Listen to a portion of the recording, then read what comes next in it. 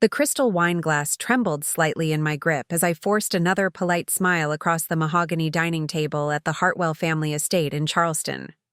The antebellum mansion's dining room gleamed with old-money elegance, from the Belgian crystal chandelier to the imported Italian marble floors, every detail carefully curated to remind visitors of their place in the social hierarchy. "So, Sophia," my father-in-law Richard Hartwell drawled, his southern accent thick with condescension as he gestured with his bourbon tumbler.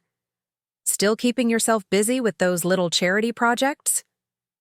He chuckled, the sound grating against my nerves like nails on chalkboard. "Playing dress-up at the hospital volunteer events?" Across from me, my mother-in-law Patricia Hartwell tittered behind her manicured fingers, her pearl necklace catching the light as she shook her perfectly coiffed silver head. "Now, Richard, don't tease the poor dear. Not everyone can understand the complexities of running a real business empire." She turned to me with that practiced smile I'd grown to despise over the past 4 years of marriage to their son. "It's sweet that you want to help people, Sophia. Very fitting for someone in your position." My position. The phrase hung in the air like smoke from Richard's expensive cigars, heavy with implication. To them, my position was clear. The young, attractive, second wife their successful son Marcus had acquired like another luxury accessory. The former military nobody who'd somehow managed to catch their Harvard MBA son's eye and convince him to put a ring on her finger. If only they knew the truth. I took a measured sip of wine, using the moment to study the family portraits lining the dining room walls. 3 generations of Hartwell men stared down from their gilded frames, each one having built upon the last success until Richard had transformed the family's modest shipping business into Hartwell Maritime Solutions, a mid-sized logistics company serving the Southeast region, respectable, profitable, and the source of their unshakable belief in their own superiority. "Marcus tells us you've been spending quite a bit of time on the phone lately," Patricia continued, her tone carrying that particular brand of polite poison Southern women had perfected over centuries.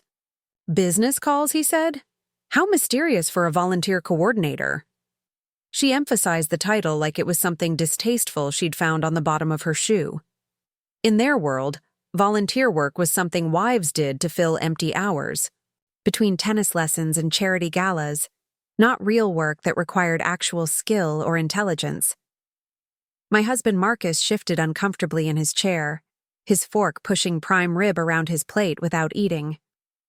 He'd grown increasingly quiet during these family dinners, caught between his parents' casual cruelty and what I hoped was some remaining loyalty to his wife. Though lately, even that seemed to be wavering under the constant pressure of their disapproval. "The calls are related to coordinating veteran support services," I replied evenly, maintaining the careful composure I'd learned during my 8 years in the Marine Corps. "Making sure our former service members get the resources they need when they transition to civilian life." Richard's bourbon-flushed face twisted into what might have been a smile if it had contained any warmth. "Ah, yes, your little soldier phase. We never did hear much about that, did we? What exactly did you do in the military, sweetheart? File paperwork? Answer phones?" The casual dismissal of my service hit like a physical blow, but I'd weathered worse disrespect from better men than Richard Hartwell. During my time as a Marine Corps intelligence officer, I'd briefed generals, analyzed enemy movements, and made split-second decisions that affected the lives of thousands of soldiers. I'd earned my captain's bars through competence and leadership, not connections or family money. But here, in this dining room that reeked of privilege and condescension, those accomplishments meant nothing. Here I was just the trophy wife who'd somehow convinced their son to marry beneath his station. "I was an intelligence officer," I said simply, knowing they wouldn't ask for details. People like the Hartwells preferred their military service, sanitized and distant, honored in abstract terms that didn't require them to confront the reality of what that service actually entailed. "Intelligence," Patricia repeated with barely concealed amusement. "How interesting. And now you're applying those skills to hospital volunteering?" The implication was clear. What kind of intelligence could someone like me possibly possess? What they didn't know, what Marcus himself didn't fully understand, was that those phone calls Patricia had noticed weren't about coordinating volunteer schedules. They were strategic discussions with my father about Castellano Holdings' expansion into the Southeast logistics market, calls about market analysis, acquisition targets, and the detailed intelligence reports I'd been quietly compiling on regional shipping companies for the past 6 months, including a very thorough analysis of Hartwell Maritime Solutions. My maiden name was Castellano, though I'd never corrected the Hartwells' apparent assumption that it was some generic Italian-American family name common throughout the Northeast. They'd never bothered to ask about my background beyond the basics needed for their society page announcements. Marcus had met me at a charity fundraiser in Washington, D.C., been charmed by what he'd later described as my refreshing authenticity, and pursued a whirlwind courtship that had led to marriage before his family could conduct their usual extensive background investigations of potential daughters-in-law. If they had, they might have discovered that Castellano Holdings was one of the largest privately held transportation and logistics conglomerates on the East Coast, with my father, Vincent Castellano, at the helm of operations spanning from Boston to Miami. They might have learned that I wasn't just Vincent Castellano's daughter, but his designated successor, the child he'd groomed from age 12 to eventually take over the family empire. They certainly would have discovered that my little soldier phase had included a master's degree in international business from Georgetown, completed during my military service, and that my transition to civilian life had involved joining Castellano Holdings' strategic planning division, while maintaining the cover of volunteer work to explain my frequent absences and mysterious phone calls. But the Hartwells lived in their Charleston bubble, where old Southern money still mattered more than actual wealth, where family names carved in cemetery stones carried more weight than current achievements, and where a young woman from New York with Italian heritage couldn't possibly represent anything more threatening than an attractive distraction their son had been foolish enough to marry. Marcus finally looked up from his plate, perhaps sensing the tension that had settled over the table like humidity before a storm. "Mom, Dad, maybe we could talk about something else. Sophia's volunteer work is important to her."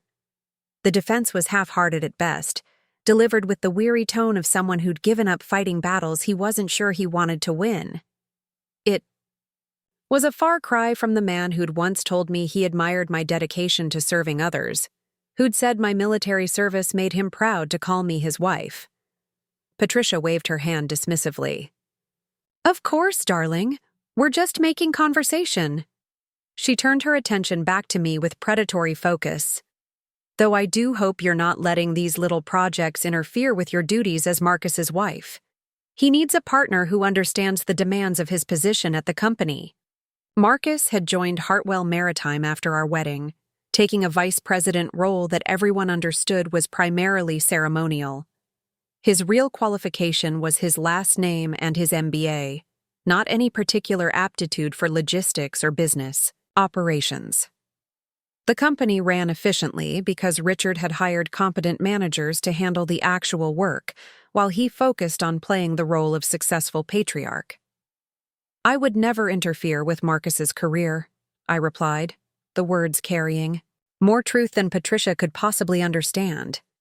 My intelligence reports on Hartwell Maritime had been meticulously careful not to compromise any information Marcus might have inadvertently shared during our private conversations. Professional ethics demanded that separation, even when those ethics worked against my personal interests. Richard raised his glass in a mock toast. "To supportive wives who know their place," he announced with bourbon-soaked magnanimity. "Even if that place is playing dress-up with the other charity ladies, the Cuts." Casual cruelty of it struck me like a slap, but I maintained my composure, raising my own glass with steady hands. Around this table, I'd learned to swallow pride like medicine, bitter but necessary for the larger game being played. As the evening wore on, the conversation drifted to business matters that I was expected to politely ignore. Richard held forth about market conditions, expansion opportunities, and the challenges facing regional logistics companies in an increasingly competitive environment. He spoke with the confidence of a man who'd never questioned his own expertise, never considered that others might possess superior knowledge or insight. Patricia occasionally interjected with observations about competitors' social standings, as if market share could be determined by country club memberships and charity gala donations. Neither of them noticed my careful attention to their casual revelations about company operations, client relationships, and strategic vulnerabilities. They saw what they expected to see: the trophy wife politely enduring business talk she couldn't possibly understand, nodding at appropriate intervals while her mind wandered to more suitable feminine concerns. They never suspected that I was conducting real-time intelligence gathering on their family business, mentally cataloging every piece of information for later analysis and strategic application. As we finally rose from the table, Patricia linked her arm through mine with false, maternal affection. "Next week's garden party will be lovely, don't you think? All the right people will be there. Perhaps you could wear that blue dress, the conservative one? It's so important for Marcus's reputation that you present yourself appropriately." The condescension was so casual, so effortlessly cruel, that it took genuine military discipline not to react. These people had no idea who they were dealing with, no conception of the forces they were carelessly antagonizing with their endless stream of insults and dismissals. But patience was a virtue I'd learned in the Marines, along with the importance of strategic timing. Every intelligence operation required careful preparation, methodical analysis, and precise execution. Personal feelings were luxuries that could compromise mission success. As Marcus and I drove home to our apartment in downtown Charleston, the silence between us stretched like a chasm. He'd stopped defending me months ago, worn down by his parents' constant criticism and his own growing doubts about our marriage. The man who'd once found my strength attractive now seemed intimidated by it, preferring the role of dutiful son to that of supportive husband. "They don't mean anything by it," he said finally, the words automatic and unconvincing. "That's just how they are with everyone." I nodded without responding, watching Charleston's historic mansions blur past the window. Tomorrow, I would compile tonight's intelligence into my ongoing assessment of Hartwell Maritime's operational vulnerabilities and strategic position. The family that treated me like an ornamental accessory would never suspect that their trophy wife was conducting due diligence for their company's eventual acquisition. The irony was delicious, even if I was the only one who could appreciate it. The weeks following that dinner brought an escalation in both the Hartwells' demands and their casual cruelty. It started with Patricia's phone call on a Tuesday morning, her voice dripping with false sweetness as she explained how desperately the Charleston Heritage Society needed my help with their upcoming fundraiser. "Now, I know you don't have much experience with real society events," she began, the insult wrapped in silk like a dagger in velvet. "But we thought this might be a good learning opportunity for you. Nothing too complicated, just coordinating with the caterers, arranging flowers, that sort of thing. The kind of work that doesn't require any special skills." I gripped my coffee mug tighter, watching the morning news report about defense contract negotiations that would likely affect Castellano Holdings' government logistics division. "I'd be happy to help," I replied automatically, my attention split between Patricia's condescension and the stock ticker running across the bottom of the screen. "Wonderful. I knew we could count on you. After all, it's not like you have any real responsibilities keeping you busy." The barb landed with practiced precision. "We'll need you to coordinate with the vendors, handle the seating arrangements, and make sure everything runs smoothly. Consider it practice for the kind of hostessing you'll need to master as Marcus rises in the company." The implication was clear. My value lay entirely in my potential as a decorative accessory to Marcus's career advancement. Any actual capabilities I might possess were irrelevant compared to my ability to smile prettily and arrange flowers without embarrassing the family name. As I hung up the phone, my cell immediately buzzed with a text from my father's chief of staff. Board meeting moved to 2 p.m. Need your Southeast market analysis before then. The contrast between Patricia's busy work and the high-stakes corporate strategy session I'd be leading in a few hours would have been laughable if it weren't so perfectly emblematic of my double life. 3 days later, I stood in the opulent ballroom of the Charleston Country Club, directing catering staff while wearing a conservative navy dress Patricia had specifically requested. Around me, society wives fluttered about with self-important urgency, their conversations a mix of social gossip and charitable pretension. "Oh, Sophia, darling," called Meredith Ashford, Patricia's closest friend and fellow Heritage Society board member. "Could you be a dear and make sure the ice sculptures are positioned correctly? We can't have them dripping on the antique carpets." She gestured vaguely toward the elaborate displays, her diamonds catching the light as she waved dismissively. "I'm sure someone with your practical background knows about these sorts of things." The assumption that my military service had somehow prepared me for ice sculpture. Maintenance was so absurd it required genuine effort not to laugh. These women had transformed basic event coordination into an elaborate performance of superiority, treating the wives they considered beneath them like unpaid servants disguised as volunteers. Throughout the evening, I smiled and nodded while Richard held court near the bar, regaling his cronies with stories of business triumph and market domination. His voice carried clearly across the room as he described his latest negotiations with shipping clients, completely unaware that I was mentally cataloging every detail for my ongoing intelligence assessment. "The key to success in logistics," he pontificated to his audience of admirers, "is understanding that clients don't just want service, they want partnership. That's why Hartwell Maritime has maintained our competitive edge, even as these big corporate conglomerates try to muscle into our territory." I adjusted a centerpiece while committing his words to memory. Richard's casual dismissal of big corporate conglomerates would make for interesting reading in my next report to Castellano Holdings' acquisition team. His confidence in his company's competitive position suggested a dangerous blind spot that could be exploited during negotiations. As the evening progressed, Patricia made a point of introducing me to various society matrons as Marcus's wife, you know, the one who used to be in the military. Each introduction carried the same subtle emphasis, marking me as an outsider who'd somehow infiltrated their exclusive circle through marriage rather than belonging.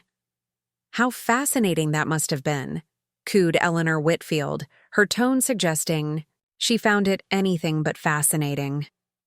"Did you ever see any actual combat, dear? Or were you stationed somewhere safe, doing administrative work?" The question was loaded with assumptions about both my gender and my capabilities. These women couldn't conceive of a female military officer who'd held positions of real authority and responsibility. In their worldview, women in the military were either clerical workers or novelty tokens, certainly nothing that commanded respect or recognition. "I served as an intelligence officer in Afghanistan," I replied simply, watching Eleanor's expression shift to polite incomprehension. The reality of my service didn't fit their comfortable stereotypes, so they simply filed it away as an interesting quirk rather than evidence of actual competence. The pattern continued at Marcus's company events, where I was invariably introduced as his lovely wife, while the men discussed business and the women discussed everything else. During a quarterly celebration at Hartwell Maritime's offices, I found myself relegated to a corner with the other wives while Richard addressed his employees about the company's bright future. "We're facing increased competition from larger firms," he announced to the gathered staff, his voice carrying the authority of unquestioned leadership. "But Hartwell Maritime has something they don't: personal relationships, local knowledge, and family values. Those carpetbaggers from up north might have deeper pockets, but they don't understand how business is done in the South." The irony of his carpetbagger comment wasn't lost on me, given my New York origins and Italian surname. But more importantly, His casual revelation about increased competitive pressure aligned perfectly with the market intelligence I'd been gathering. Hartwell Maritime was feeling the squeeze from larger logistics companies expanding into their territory, making them a prime acquisition target for the right buyer. Marcus stood beside his father during the speech, nodding at appropriate moments, but contributing nothing of substance. His role at the company had become increasingly ceremonial as Richard maintained tight control over all strategic decisions. During our drive home, I attempted to engage him in conversation about the business, challenges his father had mentioned. "Do you think the company is really at risk from these larger competitors?"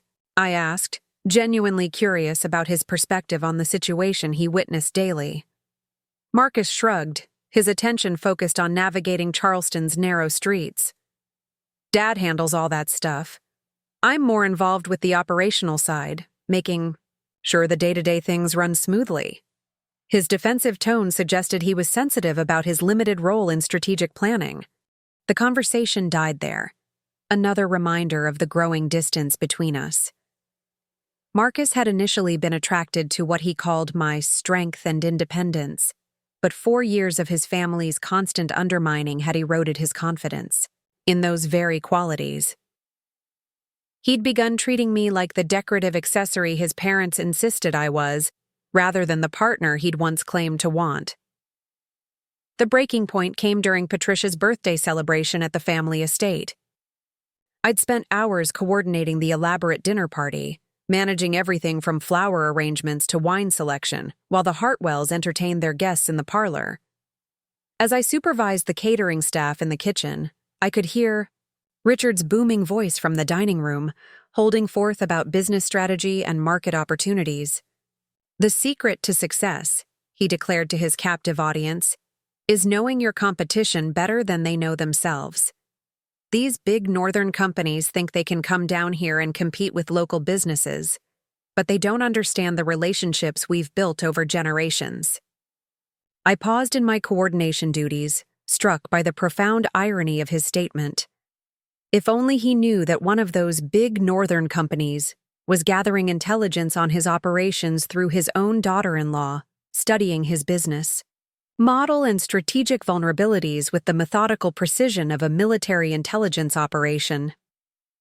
When I emerged from the kitchen to check on the dining room arrangements, Patricia intercepted me with her usual combination of false gratitude and subtle insult. "Oh, Sophia, everything looks absolutely perfect. You really do have a talent for this sort of thing. It's so wonderful that you found your niche, managing the little details that keep everything running smoothly." The condescension was breathtaking in its casual cruelty. 4 years of marriage into their family, and Patricia still treated me like hired help, who should be grateful for the opportunity to serve. Her smile was warm enough to fool any observer, but her eyes held the cold calculation of someone who'd perfected the art of social manipulation. As the evening progressed, I circulated among the guests, ensuring everyone's needs were met while they discussed business, politics, and social gossip as if I were invisible.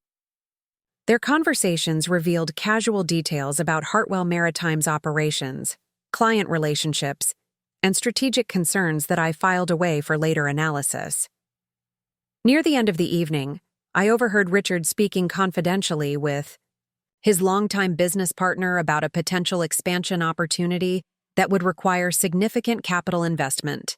"We're looking at acquiring some smaller regional carriers," he explained, unaware that I was adjusting place settings within earshot. "The financing might be tight, but we can't let these opportunities pass us by." The revelation about Hartwell Maritime's cash flow constraints was exactly the kind of intelligence that would prove invaluable during acquisition negotiations. Companies stretched thin by expansion plans were vulnerable to well-timed buyout offers, especially when those offers came from buyers with superior financial resources and strategic positioning. As Marcus and I prepared to leave, Patricia pulled me aside for one final performance of maternal concern. "I hope you know how much we appreciate everything you do for the family," she said, her voice pitched loud enough for nearby guests to hear her apparent kindness. Not everyone would be willing to take on such supportive responsibilities. The emphasis on supportive made it clear that she viewed my contributions as purely auxiliary, the kind of background work that kept important people free to focus on important things. In her worldview, I existed to make Marcus look good and the family function smoothly, nothing more complex or threatening than that. Walking to our car under the warm Charleston evening sky, I reflected on the perfect symmetry of the situation. The Hartwells had systematically undermined and dismissed me for years, treating me like an ornamental accessory whose only value lay in my ability to reflect well on their son. They'd never bothered to investigate my background, never questioned my mysterious phone calls or frequent absences, never considered that their trophy wife might possess capabilities beyond flower arranging and smile maintenance. Their casual cruelty had been perfectly counterbalanced by their strategic blindness. Every insult had been accompanied by an inadvertent intelligence revelation. Every dismissal had created opportunities for information gathering. Every moment of condescension had brought me closer to understanding exactly how to bring their entire world crashing down around them. Marcus was quiet during the drive home, exhaustion evident in his posture. "Thanks for handling everything tonight," he said eventually, the gratitude automatic and hollow. "Mom and Dad really appreciate having someone they can count on for these things. Someone they could count on, not someone they respected, not someone whose judgment they valued, not someone they considered an equal partner in family affairs. Just someone reliable enough to manage the details they couldn't be bothered with themselves." I smiled and nodded, maintaining the facade while my mind was already shifting to tomorrow's intelligence briefing with Castellano Holdings' acquisition team. The Hartwells' trophy wife had gathered enough information to begin the final phase of what they'd never realize was a carefully orchestrated corporate takeover, designed and executed by the very woman they'd spent 4 years treating like a decorative fool. The call from my father came on a humid Thursday morning in late September, interrupting my review of the quarterly reports I'd compiled on Hartwell Maritime's operational vulnerabilities. Vincent Castellano's voice carried the crisp authority that had built an empire from a single trucking road in Brooklyn 50 years ago. "The board approved the Southeast expansion yesterday," he said without preamble. "We're moving forward with the acquisition strategy you outlined. Timeline is 60 days maximum." I set down my coffee mug, the weight of 4 years' worth of intelligence, gathering suddenly crystallizing into imminent action. Hartwell Maritime is still the primary target? Your analysis was thorough. They're perfectly positioned for our needs, and their financial situation makes them vulnerable to the right offer. His voice carried a note of pride that warmed me despite the professional nature of our conversation. "The board was impressed with your strategic assessment. This will be your operation to lead, Sophia." After ending the call, I sat in my downtown Charleston apartment, watching the morning traffic navigate the historic streets while processing the magnitude of what was about to unfold. In 60 days, the family that had treated me like an ornamental accessory would discover that their trophy wife was actually the architect of their company's acquisition by Castellano Holdings. The irony was so perfect, it felt like destiny. That evening brought the monthly family dinner at the Hartwell estate, an occasion I now approached with entirely different stakes. As I dressed in another conservative outfit calculated to meet Patricia's approval, I realized this might be among the last times I'd need to perform the role of grateful daughter-in-law, grateful for their begrudging acceptance. Marcus was already tense when he picked me up, his jaw tight with the stress that had become his constant companion over the past year. "Dad mentioned something about increased competition today," he said as we drove through Charleston's tree-lined neighborhoods. "Some big corporation nosing around the Southeast market, asking questions about regional logistics companies." My pulse quickened, but I kept my expression neutral. Castellano Holdings' preliminary market research had begun, the subtle inquiries that preceded any major acquisition. Did he seem concerned? "You know, Dad," He thinks Hartwell Maritime is untouchable because of our family connections and reputation. Marcus's laugh carried no humor. Sometimes I wonder if he realizes how much the industry has changed since he started the company. The comment revealed more insight than Marcus typically showed about his family's business situation. Perhaps the pressure of maintaining his ceremonial role while watching his father dismiss legitimate competitive threats was finally wearing on him. We arrived at the estate to find Richard in his study, bourbon already in hand despite the early hour. His face was flushed with what I'd learned to recognize as the combination of alcohol and barely contained frustration that meant he'd received unwelcome news about business matters. "Sophia!" he boomed as we entered, his voice carrying false joviality. "Perfect timing. I was just telling Patricia about some interesting developments in our industry. Seems some carpetbagger corporation from up north is sniffing around our territory, probably looking to buy up smaller companies on the cheap." Patricia emerged from the kitchen, her expression tight with the kind of controlled anxiety that meant she'd been listening to Richard vent about business problems for hours. "Oh, hello, dears. I hope you're both hungry. Cook prepared that roast you enjoy, Marcus." The domestic normalcy of her greeting couldn't mask the underlying tension crackling through the household. The Hartwells were feeling pressure they couldn't quite identify or understand, sensing threats they lacked the strategic sophistication to properly assess. During cocktails in the parlor, Richard held forth with increasing agitation about the rumors he'd been hearing from industry contacts. "These big corporations think they can just waltz into our market and start picking off established businesses. Like we're some kind of distressed merchandise," he declared, his bourbon sloshing dangerously close to the rim of his crystal tumbler. "What kind of corporation?" I asked, genuinely curious about how much intelligence the Hartwells had managed to gather about Castellano Holdings' activities. Richard waved dismissively. "Some Italian outfit from New York. Castellano something or other. Probably connected, if you know what I mean." The casual bigotry of his assumption made my jaw clench, but I maintained my expression of polite interest. The irony of his ethnic slur wasn't lost on me, given my maiden name and heritage, but more importantly, his dismissive attitude toward Castellano Holdings revealed exactly the kind of strategic blindness that made companies vulnerable to acquisition. He was so convinced of his own superiority that he couldn't recognize a legitimate competitive threat, even when it was actively circling his business.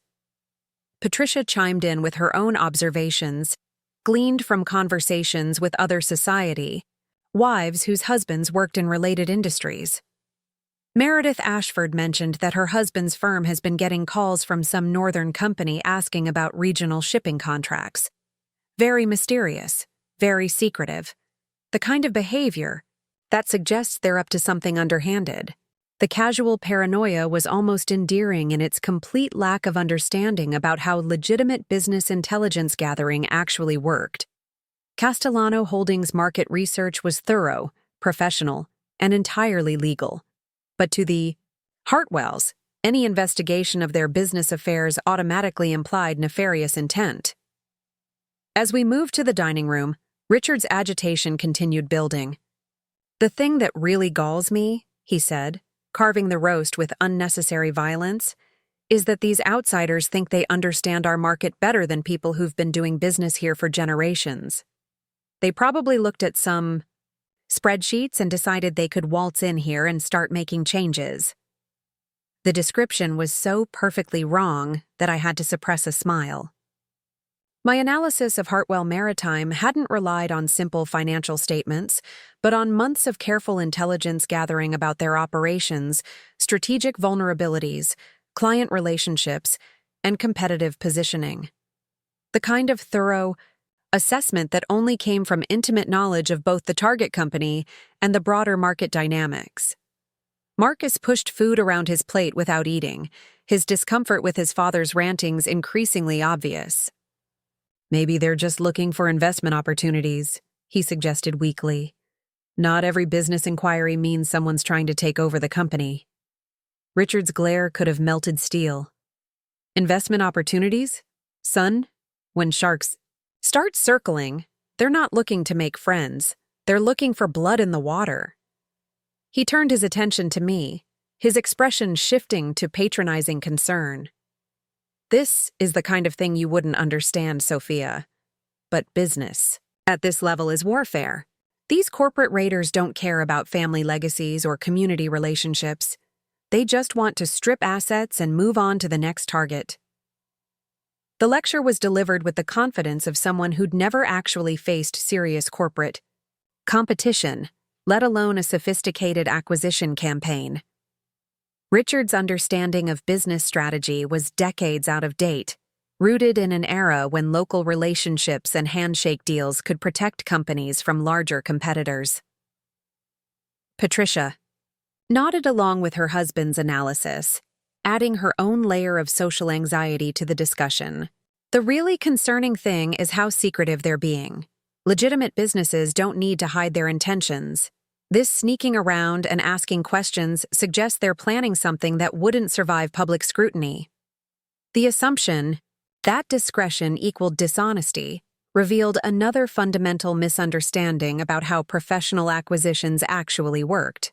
Castellano Holdings' careful approach was designed to prevent market speculation and price manipulation, standard practices that protected both buyer and seller during complex negotiations.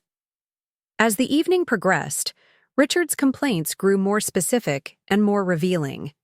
He mentioned client conversations where Castellano Holdings had been subtly referenced, described industry events where competitors had asked pointed questions about Hartwell Maritime's strategic plans, and detailed rumors about mysterious investors.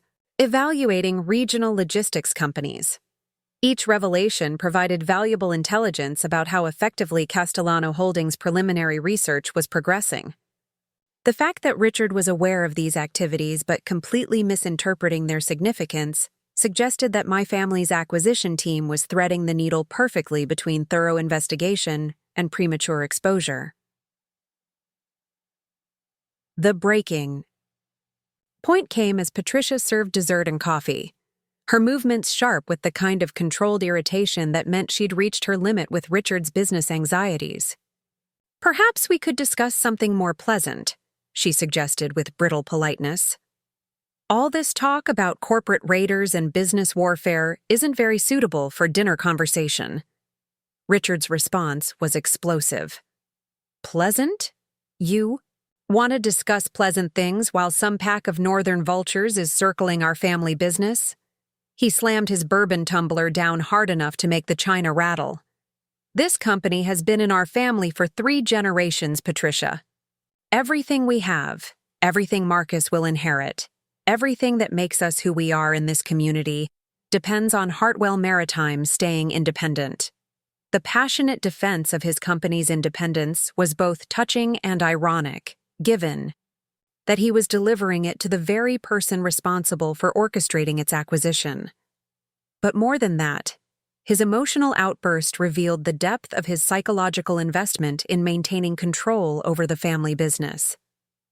This wasn't just about money or market position for Richard Hartwell. It was about identity, legacy, and his fundamental sense of self-worth as patriarch of a successful business dynasty. The prospect of losing control to outsiders represented an existential threat to everything he believed about himself and his place in the world. Patricia's face had gone pale during her husband's outburst, her carefully maintained composure finally cracking under the pressure of months of business anxiety and social speculation. "Richard, please. You're frightening me with all this talk about vultures and raiders. Surely it can't be as serious as all that." But Richard was beyond reassurance, his bourbon-fueled paranoia feeding on legitimate business concerns he lacked the strategic sophistication to properly address. "It's exactly as serious as all that," he declared, his voice carrying the kind of desperate authority that came from feeling control slip away. "These people think they can destroy everything we've built just because they have deeper pockets and fewer scruples." Marcus finally spoke up, his voice tight with the strain of watching his father spiral into panic.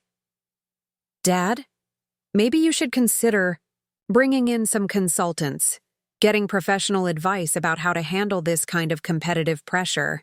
The suggestion was sensible, exactly what any rational business owner would do when facing serious acquisition threats. But Richard's response revealed how completely his ego had compromised his judgment. "Consultants?" he snarled. "I don't need some overpriced MBA telling me how to run the business I built from nothing. What I need is for these carpetbaggers to understand that Hartwell Maritime isn't for sale at any price."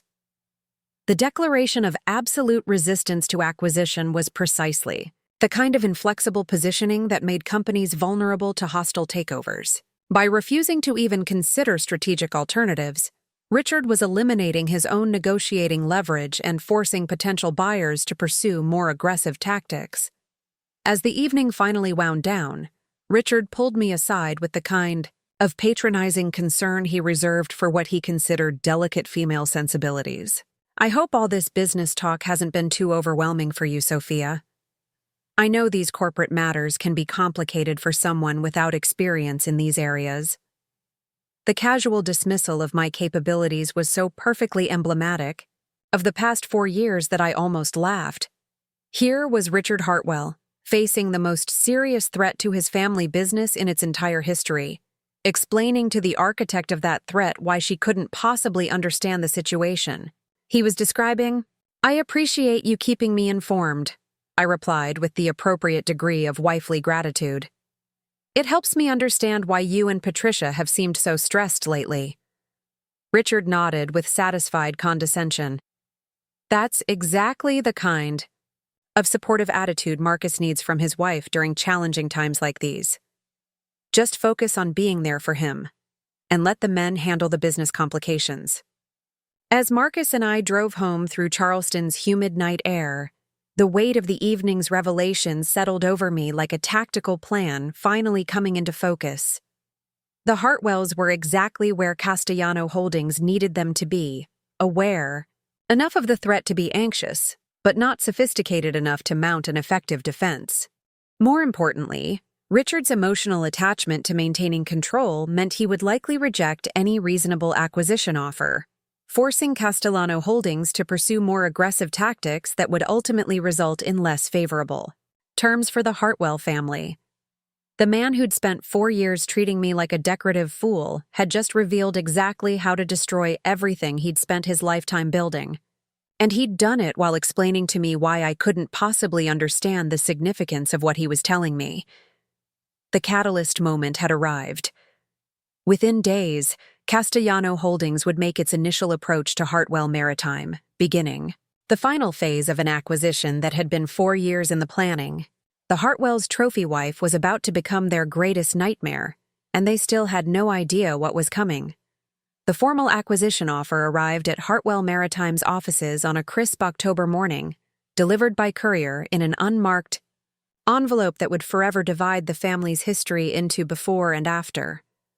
I learned about it 3 hours later, when Marcus burst through our apartment door, his face ashen and his hands trembling as he clutched his cell phone. "They got an offer," he said without preamble, his voice hollow with shock. "Castellano Holdings. A full buyout offer for the entire company." I looked up from my laptop, where I'd been reviewing the final acquisition documents that my father's legal team had prepared over the weekend. "An offer? What kind of offer?" Marcus collapsed into the armchair across from me, running his hands through his hair with the desperate gesture of someone whose world had just shifted beneath his feet. 30% above market value, immediate cash payment, retention of all current employees for at least 2 years. He stared at me with bewildered eyes. It's actually a generous offer. More than generous. The terms were exactly what I'd recommended to the Castellano Holdings board, designed to make rejection financially irrational while providing the Hartwell family with a dignified exit strategy. But knowing Richard's psychological investment in maintaining control, I'd also predicted his likely response to even the most favorable terms. "What did your father say?" I asked, though I already knew the answer. "He's furious. Absolutely livid. He threw the offer documents across his office and started ranting about corporate raiders and northern carpetbaggers." Marcus shook his head in disbelief. He's calling an emergency family meeting tonight. Says we need to discuss our unified response to this attack on our family legacy. The dramatic language was so perfectly Richard that I had to suppress a smile.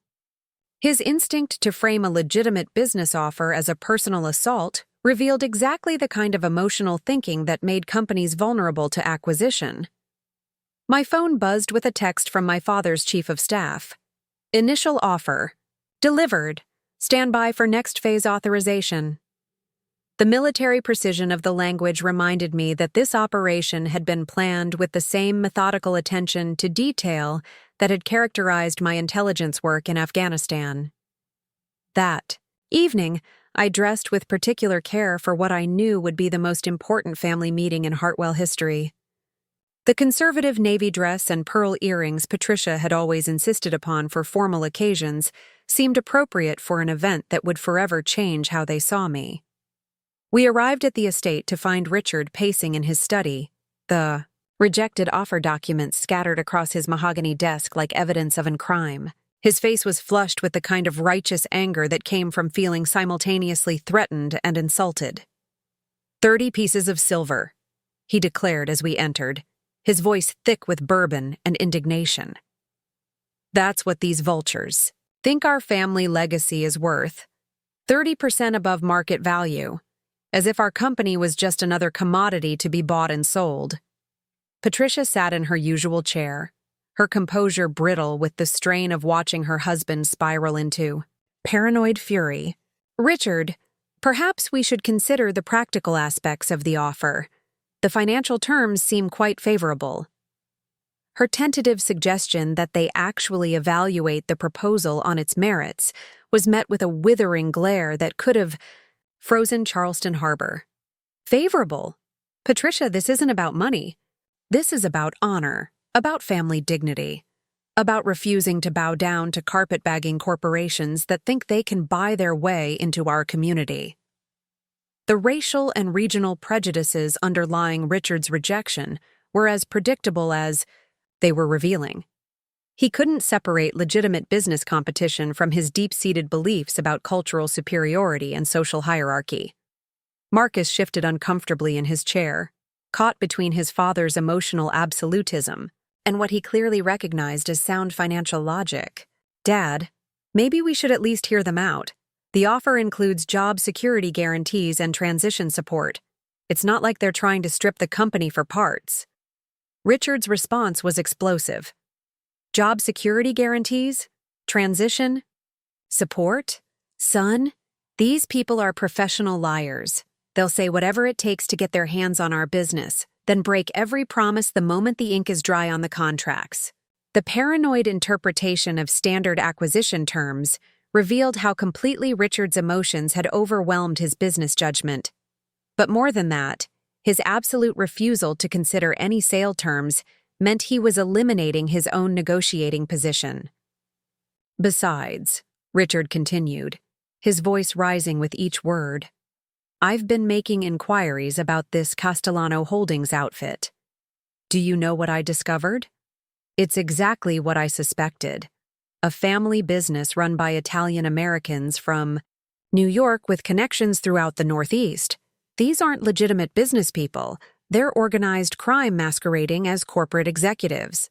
The casual bigotry of his assumption sent ice through my veins, but it was Patricia's next comment that pushed me past my breaking point. Well, that explains the secretive behavior and aggressive tactics. These people obviously don't operate by the same ethical standards as legitimate businesses. The implication that my family's company was connected to organized crime simply because of our Italian heritage was so outrageously offensive that 4 years of careful composure finally cracked. But it was Richard's follow-up observation that sealed his fate. The really insulting part, he continued, apparently oblivious to the rage building in my chest, is that they probably think we're too stupid to see through their sophisticated-sounding offer. Like we're some kind of backwoods operation that can be impressed by big numbers and fancy legal language. The condescension was breathtaking in its complete lack of self-awareness. Here was Richard Hartwell, dismissing a legitimate acquisition offer from one of the most respected logistics companies on the East Coast, while simultaneously revealing his complete ignorance about the business intelligence that had made that offer possible.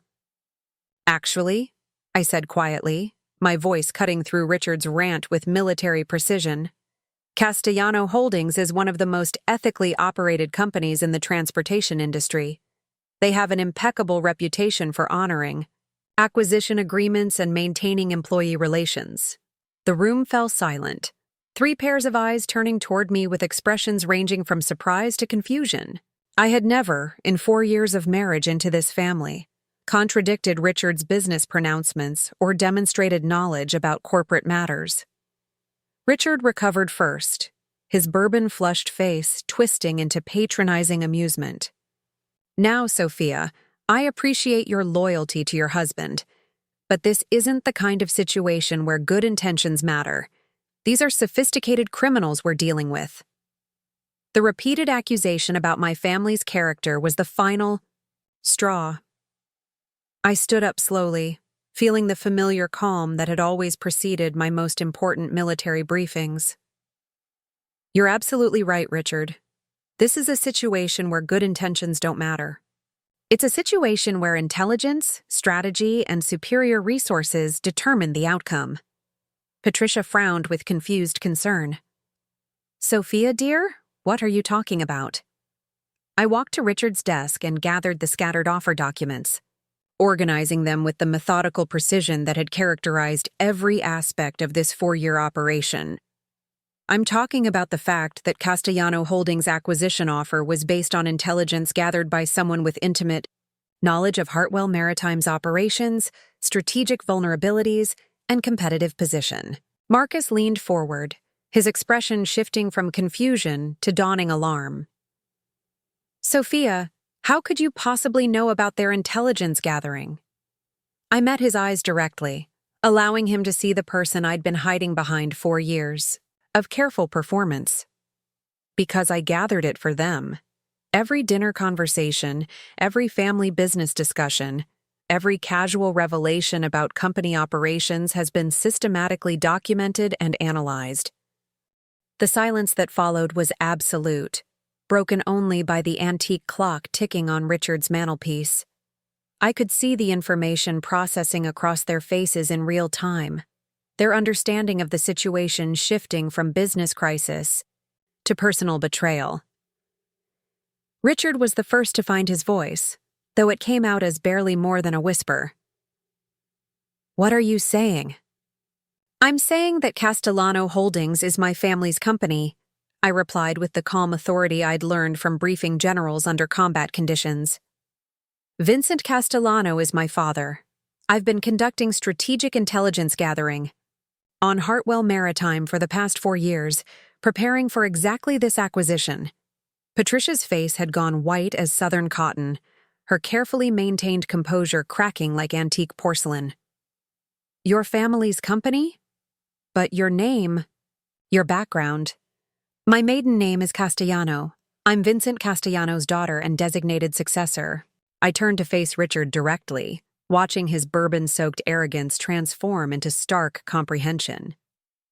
"The trophy wife you've been dismissing for 4 years is actually a former Marine Corps intelligence officer with an MBA from Georgetown, currently serving as strategic planning director for one of the largest privately held logistics companies on the East Coast." Marcus had gone completely still, his face cycling through emotions too complex to process simultaneously. The phone calls, the mysterious meetings, the volunteer work that kept you away for hours at a time. Strategic planning sessions, acquisition, research, intelligence briefings with my father's board of directors. I maintained eye contact with each of them in turn, allowing the full weight of their situation to settle over the room. "Every piece of information you've shared about Hartwell Maritime's operations has been systematically analyzed and incorporated into Castellano Holdings' acquisition strategy." Richard's bourbon tumbler slipped from his nerveless fingers, shattering against the hardwood floor with a sound like breaking glass. 4 years, he whispered, his voice hollow with the realization of how completely he'd been outmaneuvered. 4 years of family dinners, business discussions, confidential information shared in front of the woman you repeatedly dismissed as too stupid to understand what you were talking about. I finished for him. The woman whose military service you mocked, whose intelligence you questioned, whose capabilities you systematically undermined while she was conducting the most sophisticated corporate intelligence operation in Hartwell Maritime's history. Patricia made a sound somewhere between a gasp and a sob, her hands fluttering to her throat in unconscious defense against the truth crashing down around her. But you seemed so... You were always so... So what, Patricia? So grateful for your acceptance? So eager to please? So focused on arranging flowers and coordinating charity events? I allowed a small smile to cross my face for the first time in 4 years of family dinners. That was called operational cover, standard intelligence, procedure for gathering information from targets who don't realize they're being surveilled. The military terminology hit them like physical blows, each phrase a reminder that they'd been dealing with a trained professional, rather than the decorative fool they'd assumed me to be. Their trophy wife had been a Trojan horse, and they'd spent 4 years helping her gather the intelligence necessary to destroy their family business. Marcus finally found his voice, though it came out cracked and desperate. Sophia, please. We can work this out. The offer doesn't have to be accepted. We can negotiate different terms, find some kind of compromise. I shook my head with genuine sadness for what we'd once meant to each other. The offer stands as presented. Marcus, 30% above market value, immediate cash payment, employee retention guarantees. Those are the terms my family's board approved based on my strategic assessment. Richard struggled to his feet, his face purpling with rage and humiliation. You scheming little bitch. 4 years of lies, 4 years of pretending to be part of this family while you were plotting to destroy us. The personal attack was predictable, but it also revealed that he still didn't understand the nature of what had happened to him. I wasn't plotting to destroy you, Richard. I was conducting legitimate business intelligence gathering in preparation for a strategic acquisition. The fact that you treated me like an ornamental fool while I was doing it just made the operation more efficient. Patricia was crying now, her perfect composure finally shattered beyond repair. How could you do this to us? We welcomed you into our family, treated you like a daughter. The revisionist history was so absurd it would have been laughable under different circumstances. You treated me like an embarrassing necessity, Patricia. A woman from the wrong background who'd somehow convinced your son to marry beneath his station. You spent 4 years making sure I understood exactly how little I meant to this family. The truth of that statement hung in the air like smoke, impossible to deny or dismiss. Every insult, every dismissal, every casual cruelty they'd inflicted over 4 years of family gatherings was now revealed as having been delivered to the very person who would ultimately hold their fate in her hands. Richard made one final attempt to regain control of the situation, drawing himself up with the desperate dignity of a man whose world had just collapsed around him. We'll fight this. We'll expose you for what you are. We'll challenge the acquisition in court. We'll... Do what, exactly? I interrupted, my voice carrying the calm authority of someone who held all the strategic advantages. Challenge a legitimate business offer based on intelligence gathered through legal means? Accuse your own daughter-in-law of corporate espionage for listening to conversations you freely shared in her presence? The legal reality of their situation was as devastating as the personal betrayal. Everything I'd done was perfectly legal. Every piece of intelligence had been gathered through voluntary disclosure. Every strategic advantage had been gained through their own careless assumptions about my capabilities and intentions. The room fell silent again as the full scope of their helplessness became clear. The Hartwells had been outmaneuvered so completely that they had no legal recourse, no strategic alternatives, and no negotiating leverage remaining. The trophy wife they'd dismissed and belittled for 4 years now held the power to determine whether their family business survived intact or was systematically dismantled and absorbed into a larger corporate empire. and they'd given me every piece of intelligence necessary to make that decision with perfect strategic clarity. The silence that followed my revelation stretched like a taut wire ready to snap. Richard stood frozen behind his desk, his face cycling through shades of red and purple that suggested either apoplexy or cardiac arrest. Patricia had collapsed back into her chair, tears streaming down her perfectly made-up face as she stared at me like I'd physically transformed before her eyes. Marcus was the first to break, his voice cracking with a combination of betrayal and disbelief. 4 years, Sophia. 4 years of marriage, of sharing a bed, of planning a future together. And it was all a lie? The pain in his voice cut deeper than I'd expected, reminding me that whatever strategic necessities had driven my actions, there had been genuine feelings involved, at least on his part. Not all of it was a lie, Marcus. My feelings for you were real, at least initially. But those feelings couldn't survive your family's constant contempt and your unwillingness to defend me. Patricia found her voice then, though it came out as a strangled whisper. The charity work, the volunteering, the hospital visits, were those lies too? The volunteer work was real, I replied, maintaining my composure despite the emotional storm raging around me. I genuinely believe in supporting veterans' services, but it also provided perfect cover for my actual activities. People don't question charitable work, especially from military wives.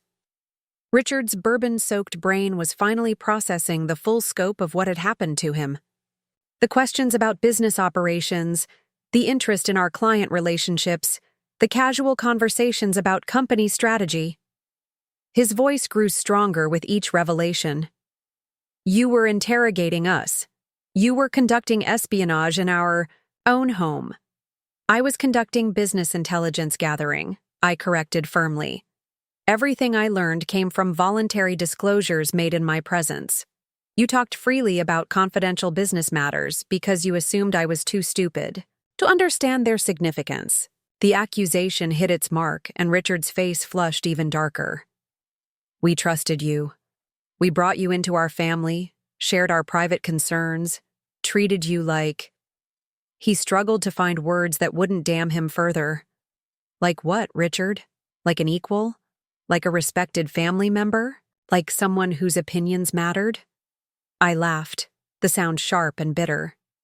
You treated me like an ornamental accessory whose only value was making Marcus look good at social events. You spent 4 years making sure I understood exactly how. Little you thought of me. Patricia was sobbing openly now, her careful composure completely shattered. But we were kind to you.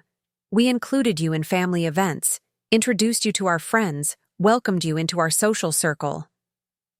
You tolerated me, Patricia. There's a difference between kindness and condescending acceptance. I turned to face her directly.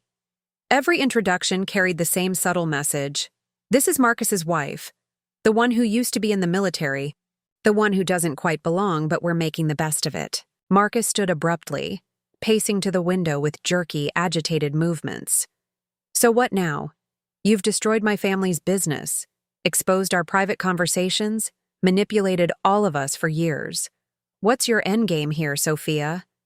The question was fair, and I'd been preparing for it since the moment I'd decided to reveal my true identity.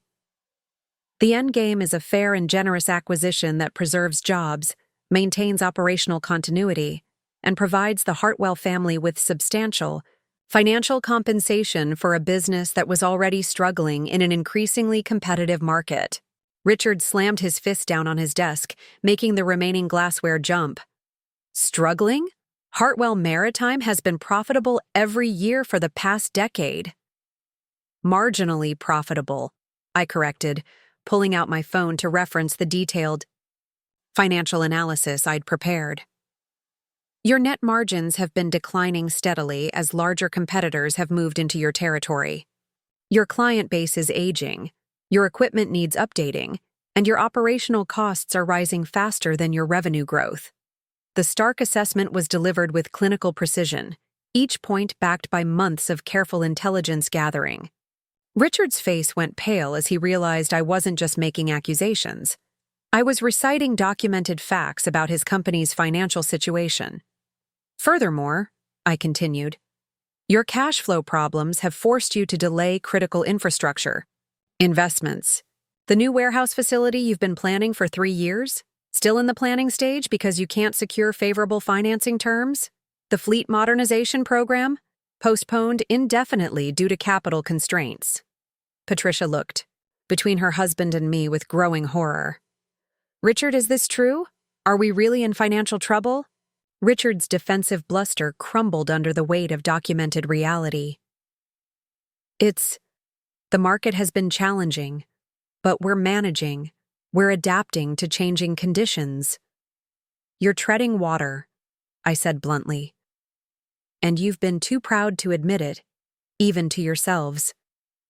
The Castellano Holdings offer represents your best opportunity to preserve what your family has built while securing your financial future.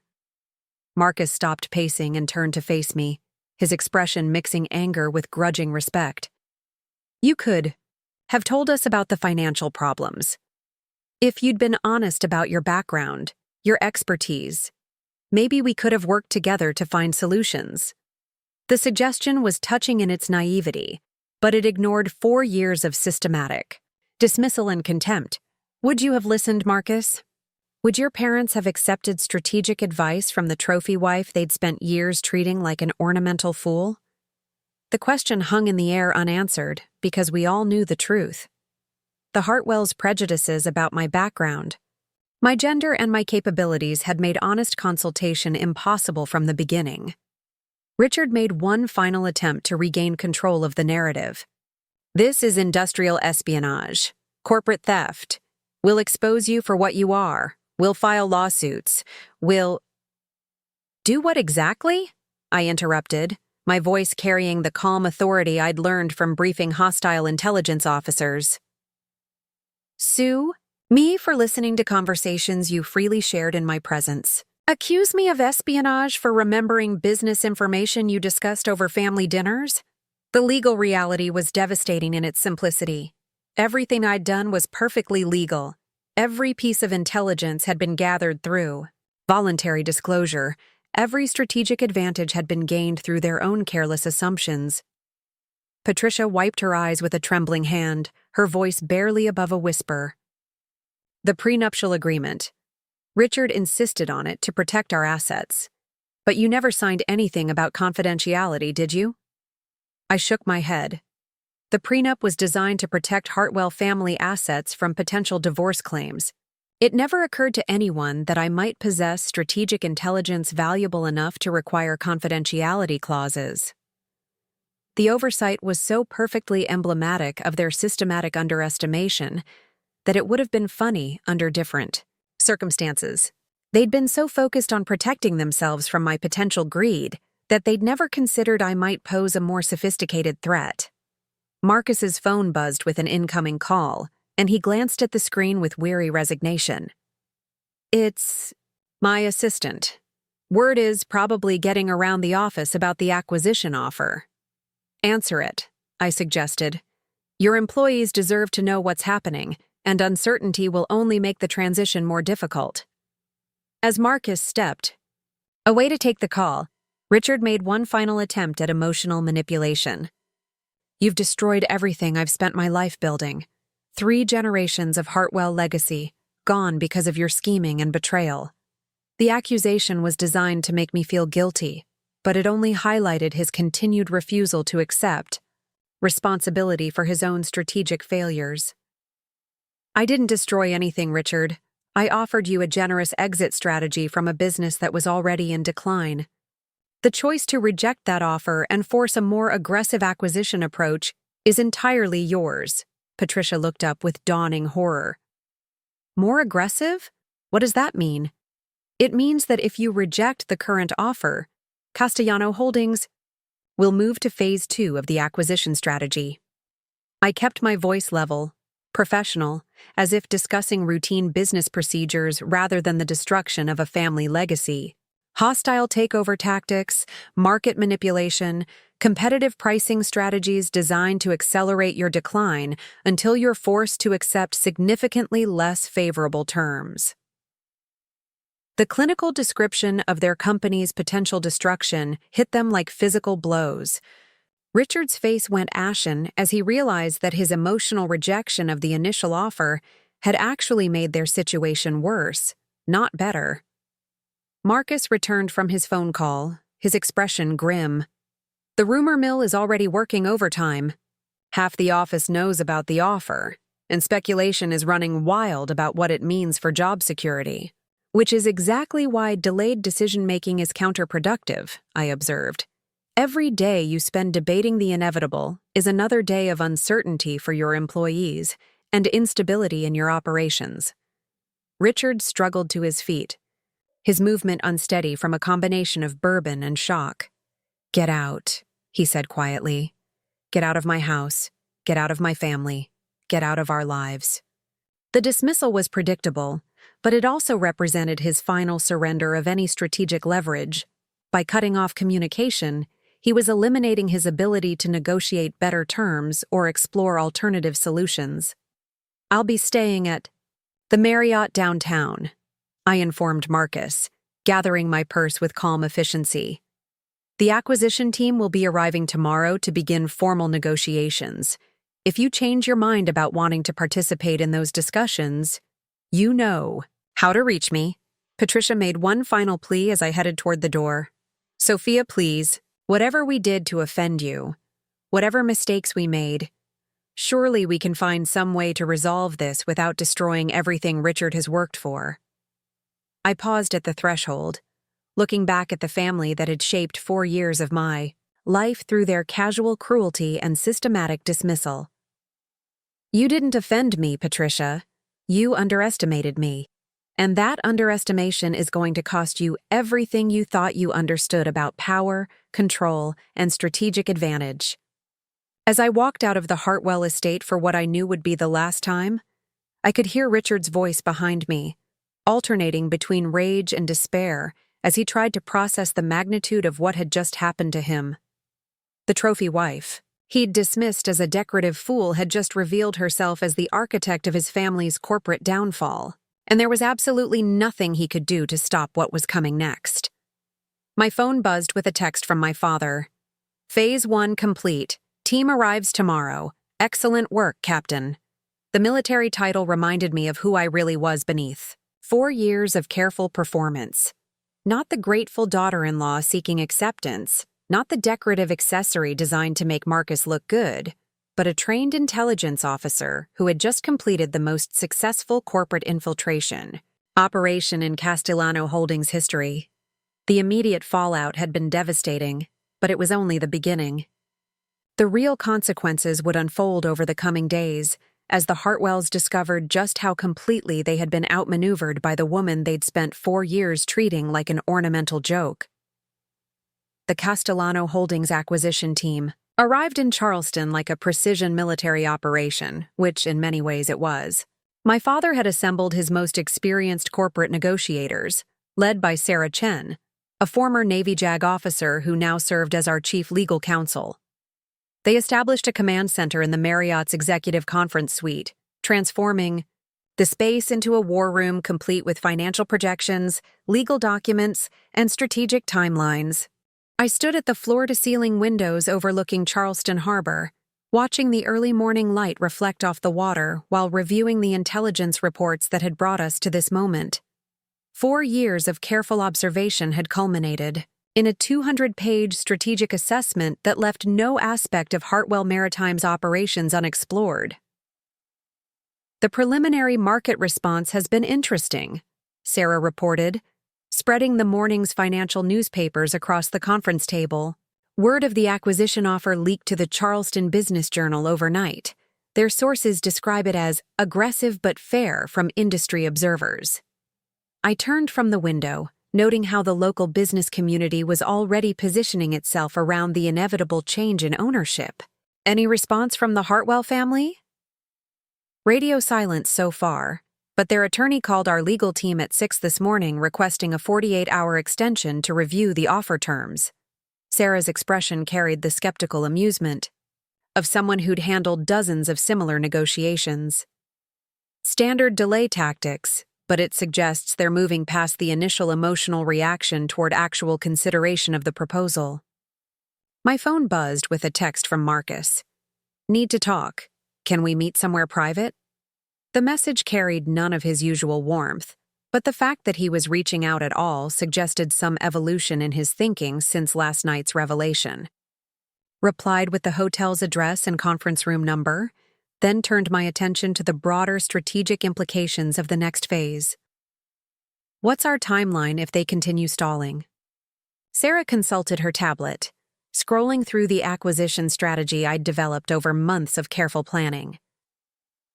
Phase 2, initiation can begin within 72 hours of formal rejection. We've already identified 3 key Hartwell clients who would be receptive to more competitive service arrangements with Castellano Holdings. The clinical efficiency of corporate warfare always reminded me of military operations, each move calculated for maximum strategic impact while minimizing collateral damage. The difference was that in business, the casualties were measured in lost profits and damaged pride rather than actual lives. Marcus arrived 30 minutes later, looking like he hadn't slept since our confrontation at his parents' estate. His usually immaculate appearance was disheveled, his eyes bloodshot with exhaustion and stress. The confident businessman I'd married had been replaced by someone struggling to understand how completely his world had shifted overnight. "Sophia," he began, then stopped, apparently unsure how to address the woman he'd thought he knew. "I don't even know what to call you anymore. Are you still my wife? Are you a Castellano Holdings executive? Are you some kind of corporate spy?" The question revealed the depth of his confusion about my identity and our relationship. "I'm all of those things, Marcus. I've always been all of those things. The only difference is that now you know about it." He took a seat across from me at the conference table, his movements careful and deliberate. "I've been thinking about everything you said last night. About how my family treated you. About the business problems you identified. About the intelligence gathering you've been conducting." I waited, recognizing that he was processing information that challenged every assumption he'd held about our marriage and his family's situation. "The financial analysis you presented," he continued, his voice gaining strength. "I spent the night going through our company records, trying to verify your claims about declining profitability and cash flow problems." He met my eyes directly. "You were right about everything. Every projection, every vulnerability, every strategic weakness you identified."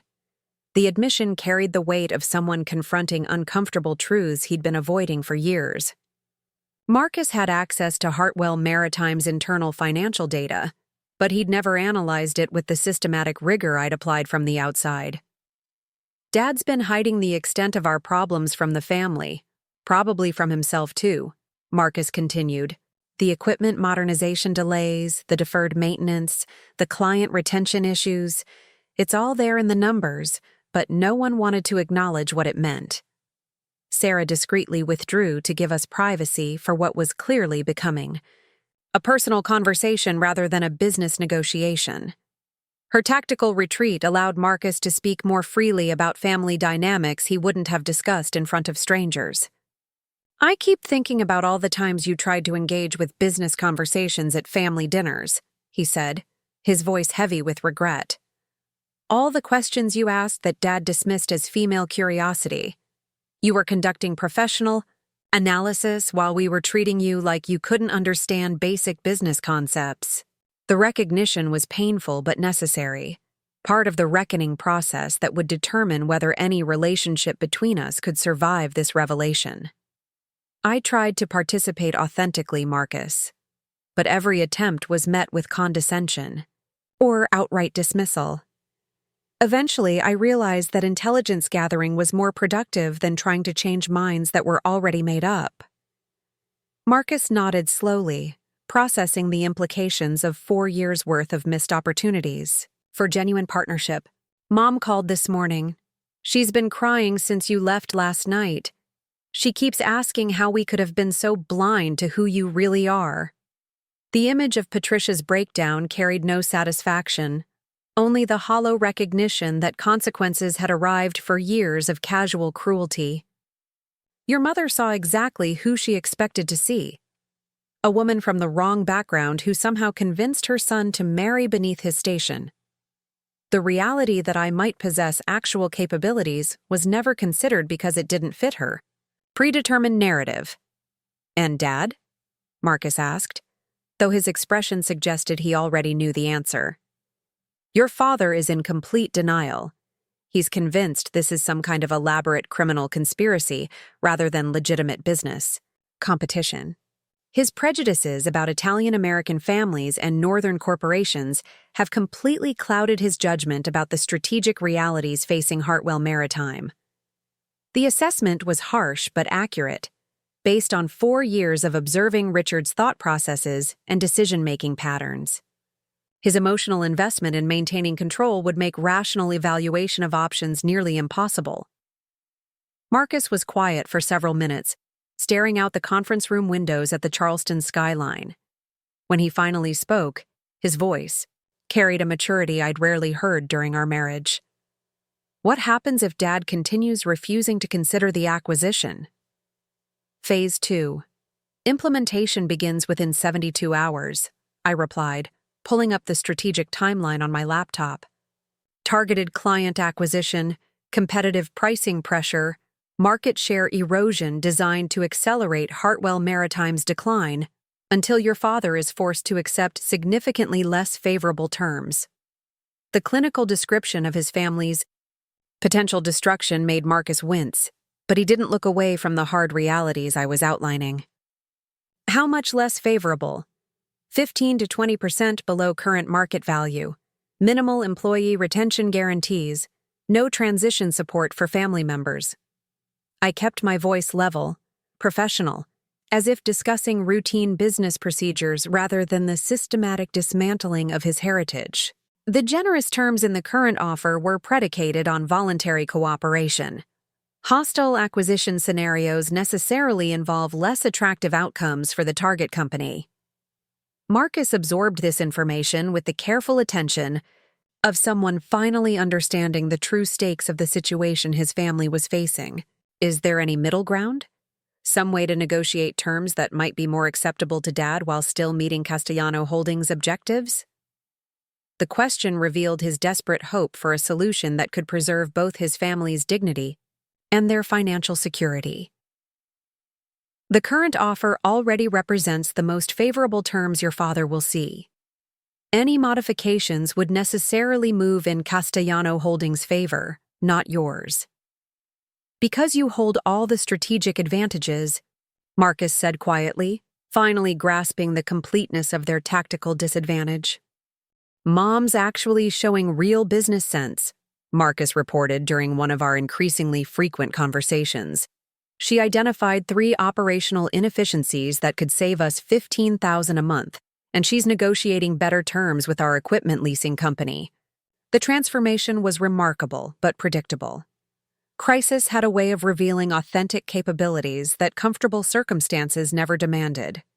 Patricia was discovering that her organizational skills and attention to detail had genuine business applications beyond social event coordination. Even more surprising was Richard's gradual evolution under pressure. Stripped of his comfortable assumptions about market dominance and family legacy, he began displaying the strategic thinking that had originally built Hartwell Maritime into a successful regional company. His desperate need to save what remained of the business forced him to confront operational realities he'd been ignoring for years. Dad fired 3 managers who were basically dead weight, Marcus continued with something approaching admiration. He's negotiating directly with clients now instead of delegating everything to sales staff, and he's actually listening to ideas from employees instead of just issuing orders. The crisis was burning away decades of accumulated complacency, revealing The businessman Richard might have remained if success hadn't made him lazy and arrogant. It was painful to watch, but necessary for any hope of salvaging something from the situation. 2 weeks into Phase 2, Marcus made an unexpected request.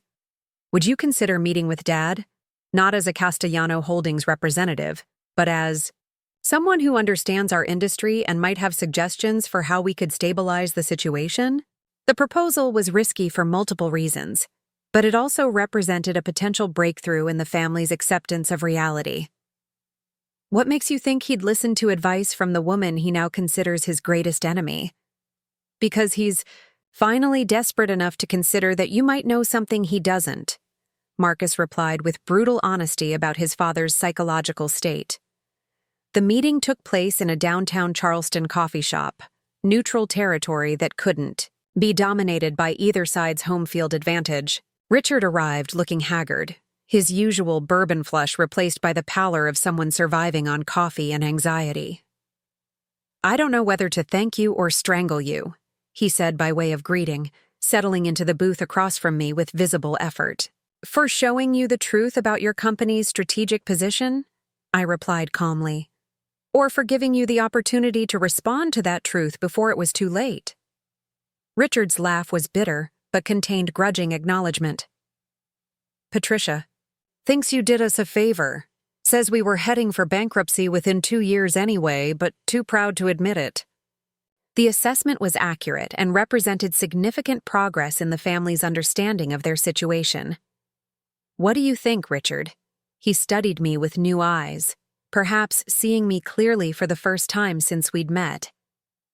I think you're the most dangerous woman I've ever encountered, and I think you might be the only person who can tell me how to save what's left of my company. 6 months after that coffee shop meeting, I stood in the newly renovated offices of Hartwell Castellano Logistics, watching employees from both companies collaborate on joint operations that would have been impossible under the old family dynamics. The acquisition had been completed on modified terms that preserved the Hartwell name while integrating their operations into Castellano Holdings' broader network. Richard had surprised everyone, including himself, by accepting a consulting role that utilized his decades of regional market knowledge while acknowledging the superior strategic resources that Castellano Holdings brought to the partnership.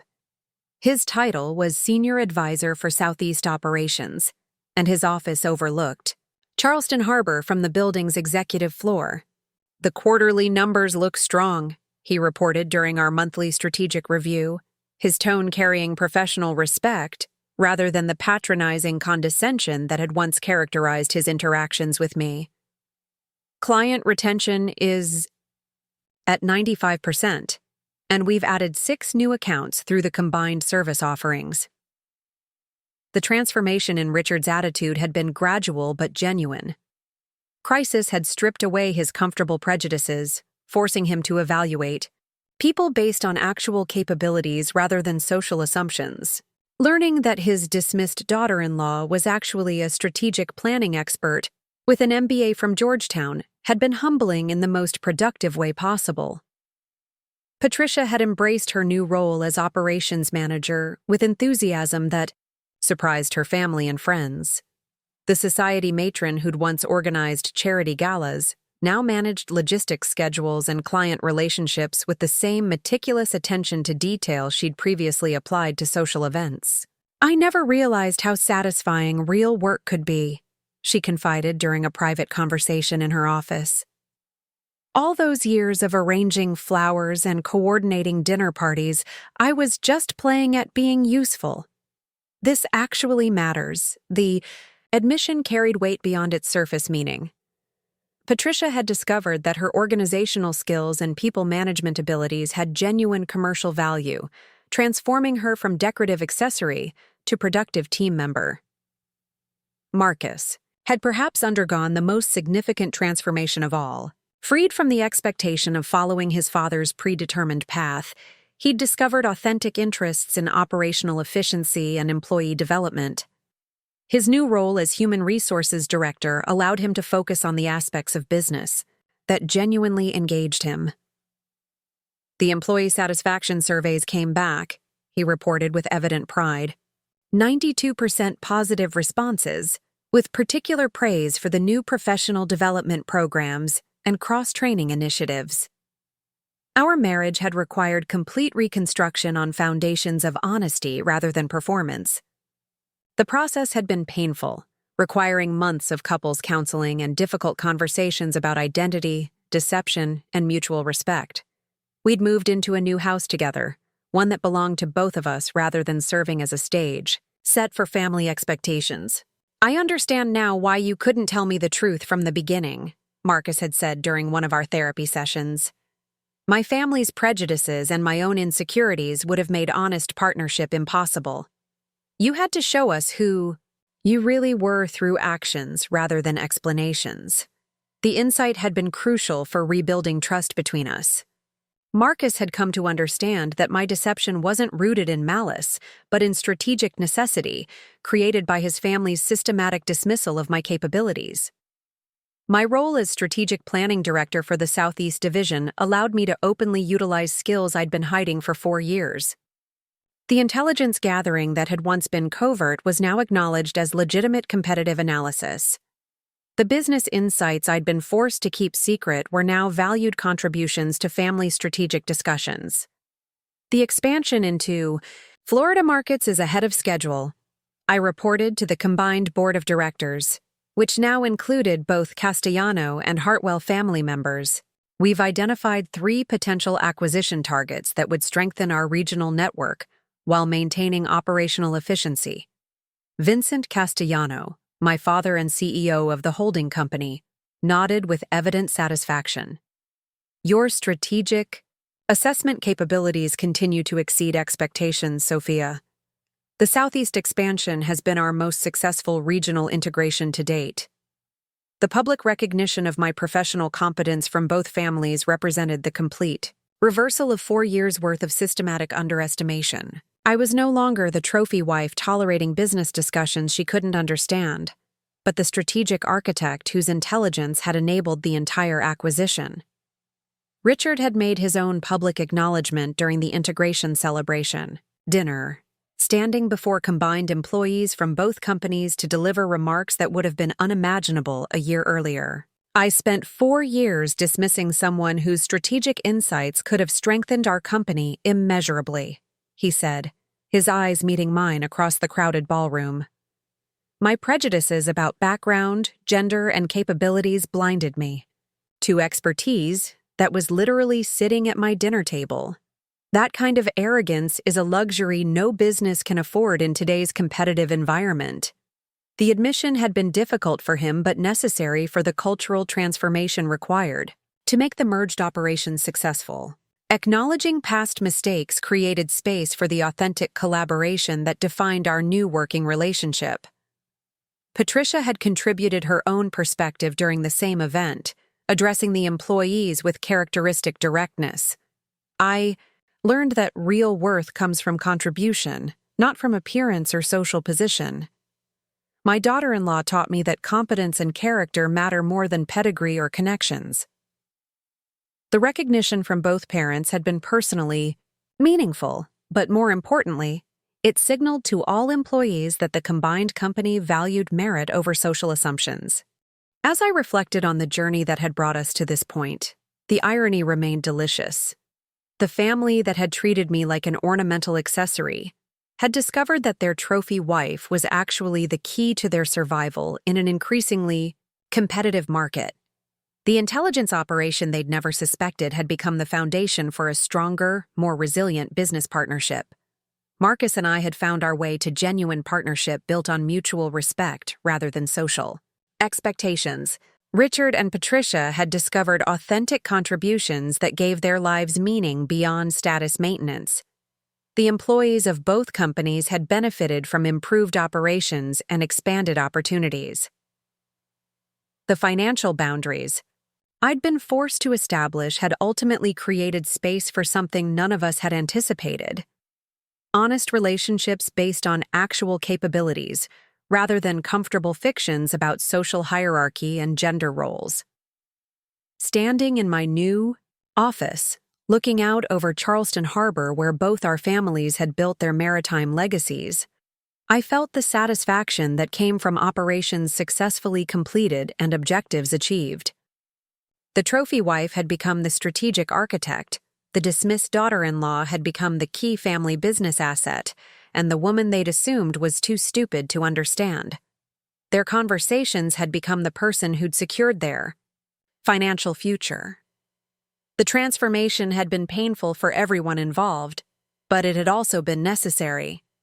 Sometimes the greatest gift you can give people lost in comfortable illusions is the opportunity to finally face reality and discover who they actually are when stripped of their pretenses. And sometimes, through that challenging gift, everyone ultimately finds their way to something better than what they'd lost. If this story resonated with you and you enjoyed seeing how underestimation can lead to the ultimate reversal of power, make sure to subscribe to our channel. We share inspiring stories every week about people who were dismissed, undervalued, or written off, only to prove their doubters spectacularly wrong. Hit that subscribe button and the notification bell so you never miss these powerful tales of triumph over prejudice and strategic victory over those who never saw it coming. Your support means everything to us, and there are so many more incredible stories to share with you.